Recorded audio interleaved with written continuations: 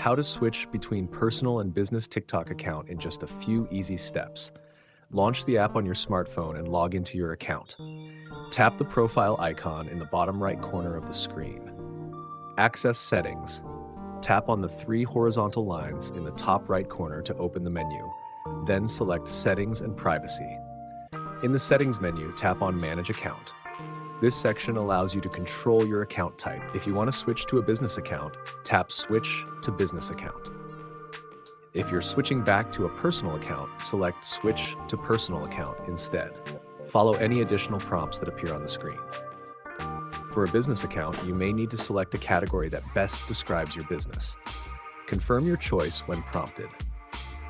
Note that switching back to a personal account will remove access to business features. By following these steps, you can easily adjust your TikTok account type based on your current needs. Thank you so much for watching this video. Subscribe.